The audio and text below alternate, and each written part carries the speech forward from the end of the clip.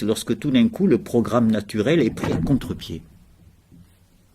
Le programme naturel dit tu dois manger pour vivre. Oui, eh ben non, moi je fais le carême. Ou le ramadan.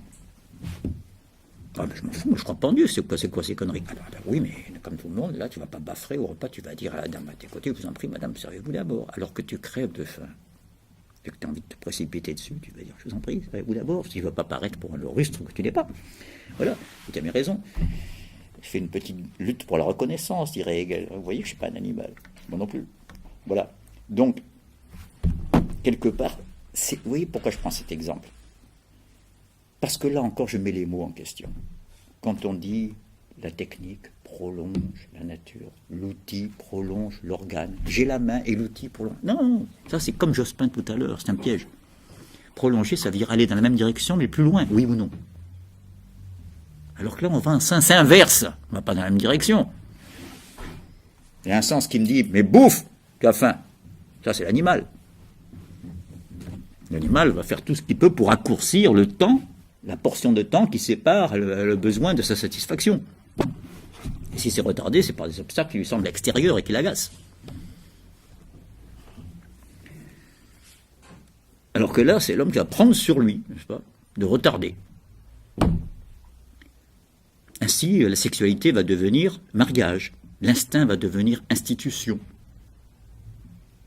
Ceux qui pensent que l'institution est un prolongement de l'instinct, elle est bien bonne. La Bible dit croissez et vous multipliez. Il y a moins de chances de se multiplier que la monogamie, vous voyez ce que je veux dire, que dans le monde animal, vous mettez 2 lapins en Australie, c'est ce qui s'est passé historiquement d'ailleurs. Il y en a eu des millions quelques années après. tous incestueux, si je puis dire, venant du même couple. N'est-ce pas? Heureusement que la myxomatose en a liquidé quelques millions. Sinon on ne pourrait pas circuler, serait encombré de lapins. Donc voilà, je veux dire, c'est important de voir ici les mots les plus innocents, qui ont l'air les plus inaperçus. Pas prolonge. Non, l'outil ne prolonge pas l'organe, l'outil contrecarre l'organe souvent. L'institution contrecarre l'instinct. Pourquoi? Pour des raisons stupides, diront les uns, pour des raisons excellentes, diront les autres, on n'en est pas là, on ne tranche pas. Mais factuellement, parce qu'on est dans le discours scientifique, on était en train de voir ça, les sciences historiques ont commencé lorsqu'elles ont été attentives à ce genre de contraintes. D'ailleurs, le fondateur de la sociologie, Durkheim, pas du mot, parce qu'Auguste Comte l'emploie déjà, mais de la discipline, n'est-ce pas? Durkheim, dans sans doute le premier texte qui développe une méthodologie de la discipline, les fameuses règles de la méthode sociologique, dit bien que ce qui distingue les faits sociaux parmi tous les autres, qu'est-ce qui fait que moi, individuellement, tout ce qui m'est propre à moi relève de la psychologie, mais dès que je suis dans un stade, je fais des choses que je ne ferais pas si je n'étais pas en société. Là, c'est encore autre chose. Il y a des faits même proprement sociaux. Je vais être plus agressif en stade, ou au volant. Et enfoiré. Alors moi, je suis plutôt brave et poli d'habitude, n'est-ce pas? Voilà qu'au volant, tout d'un coup, je vais jouer les machos. Et je vais l'être. Donc, il dit que ce qui caractérise les faits sociaux par tous les autres, c'est leur côté coercitif.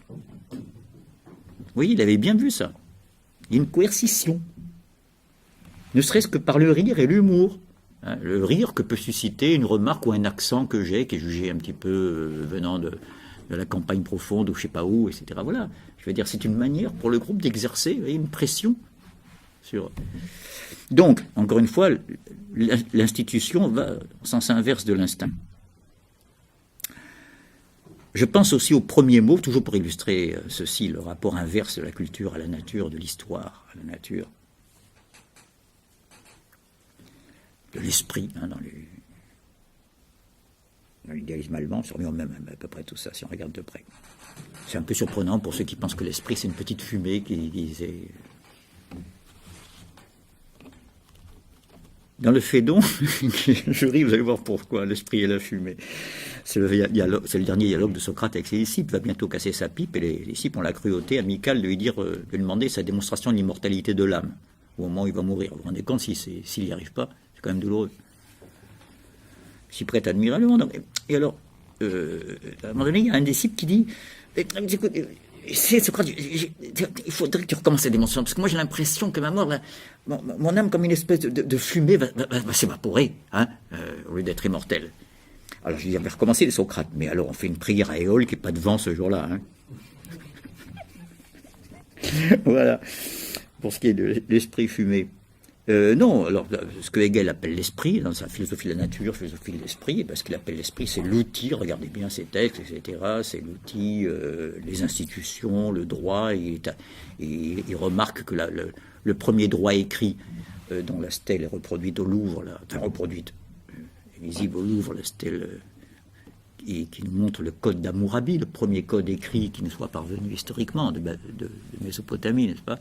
Qui nous paraît monstrueux, dit Hegel à juste titre, hein, qu'il faut couper la main aux voleurs, pour œil pendant. Il dit c'était un progrès énorme par rapport à l'arbitraire qui régnait jusque-là, du caprice du prince, du vainqueur de la bataille, etc. Il y avait quand même un même texte pour tout le monde, etc. Vous voyez, c'est des étapes. Voilà, hein, pour montrer que l'esprit, c'est à l'inverse de la petite fumée, ce qu'il y a de plus concret, calvaire de l'esprit, patience et le labeur de l'histoire, comme il dit. Donc, qu'il s'agisse de la nature, de la culture, de l'esprit, appelez ça comme vous voudrez. Il n'est pas superstition pour l'instant des énoncés ici, puisqu'on est là pour les remettre en question et de voir un peu ce qu'ils signifient. Et ce qu'on leur fait dire, surtout. Je vous rends attentif à l'inversion qu'ils produisent par rapport à l'ordre proprement naturel.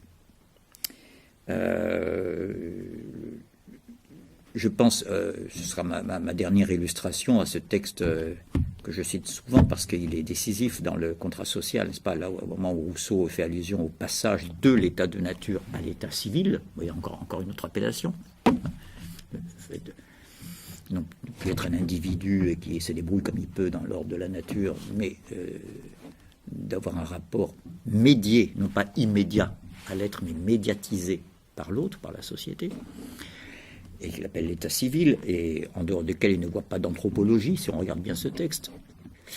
Il dit ceci, ce passage prenait dans l'homme un changement très remarquable en substituant dans sa conduite la justice à l'instinct, et en donnant à ses actions la moralité qui leur manquait auparavant. Quoiqu'il se prive dans ce nouvel état de plusieurs avantages qu'il tient de la nature, il n'est pas idiot, il voit bien qu'on y gagne, on y paye, on y perd, on y gagne. Quoiqu'il se prive dans ce nouvel état civil, de plusieurs avantages qu'il tient de la nature, il en regagne de si grands. 2 points, les voici. Ses facultés s'exercent et se développent. On commence mieux à comprendre ce que ça veut dire au vu des discussions qu'on va y avoir. Ses pensées s'anoblissent. Ses passions, s'anoblissent. Bon, on vient de voir que la sexualité devient amour, mariage, éros, ce que vous voulez, oui. Et son âme tout entière s'élève à tel point que on a l'impression qu'on a tout gagné à passer l'état civil et que tous les problèmes sont résolus, alors que Rousseau, si bien qu'ils ne font que commencer, il n'est pas tout à fait idiot puisqu'il ajoute que si les abus de cette nouvelle condition ne le dégradaient souvent au-dessous de celle dont il est sorti, comment peut-on être en dessous de l'animal, en dessous de la bête?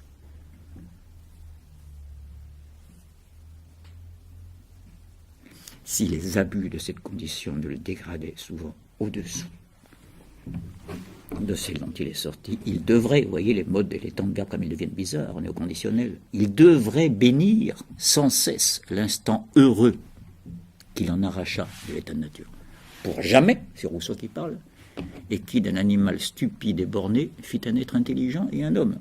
Voilà, hein, cette version d'un Rousseau qu'on ne diffuse pas beaucoup, qui je n'ai pas cherché dans une correspondance à sa grand-mère, mais quand même dans un texte majeur. J'ai dit que ça se voyait au niveau des mots, vous voyez bien tout ce que je suis en train de dire. Déjà, notre rapport aux choses est médiatisé par les mots depuis que nous sommes nés, pratiquement. N'est-ce pas? Même s'il y a un stade entre le moment où nous sommes nés et le moment où nous parlons, un stade qu'on dit en infance, qui veut dire qui n'est pas arrivé à la phase fatigue, infance, n'est-ce pas? Justement à la phase de parole. Hein? C'est significatif. Vous avez...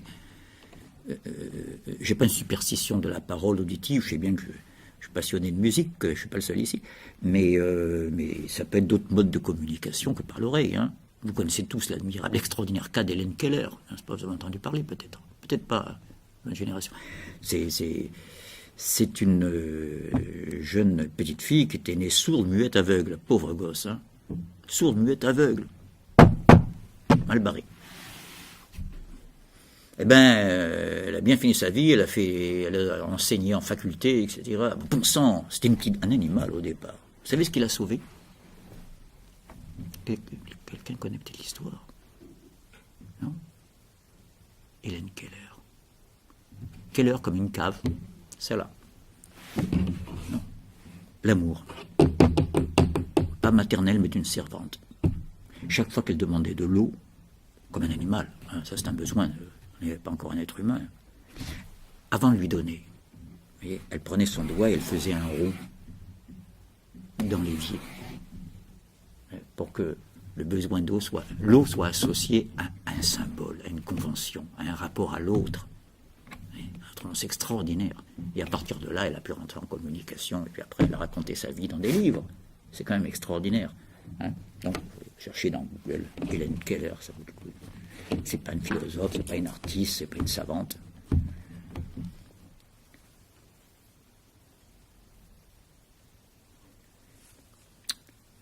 C'est comment on appelle ça, un testament au sens étymologique, c'est-à-dire un témoignage. Donc, voilà, hein, je voulais que je sois un peu plus, un langage un peu plus savant, je dirais que ce que sanctionne cette savante, c'est l'accès à l'ordre symbolique. Hein, comme on dit du côté des psychanalystes avancés, à l'ordre symbolique.